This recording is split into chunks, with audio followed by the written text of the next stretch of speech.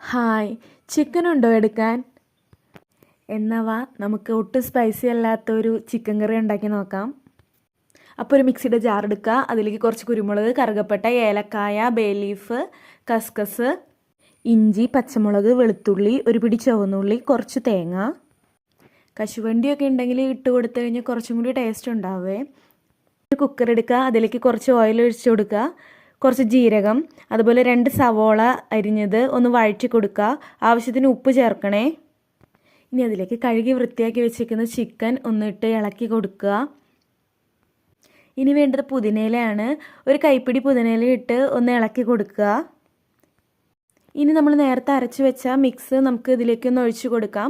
ആവശ്യത്തിന് വെള്ളവും ഉപ്പ് വേണമെങ്കിൽ അതും കൂടി ചേർത്തിട്ട് കുക്കർ 4 വിസിലടിക്കുക. അപ്പോൾ കറി ഇവിടെ റെഡി ആയിട്ടുണ്ട്. അപ്പോൾ ഒരു പ്രാവശ്യമെങ്കിലും ഒന്ന് ട്രൈ ചെയ്യാൻ മറക്കല്ലേ.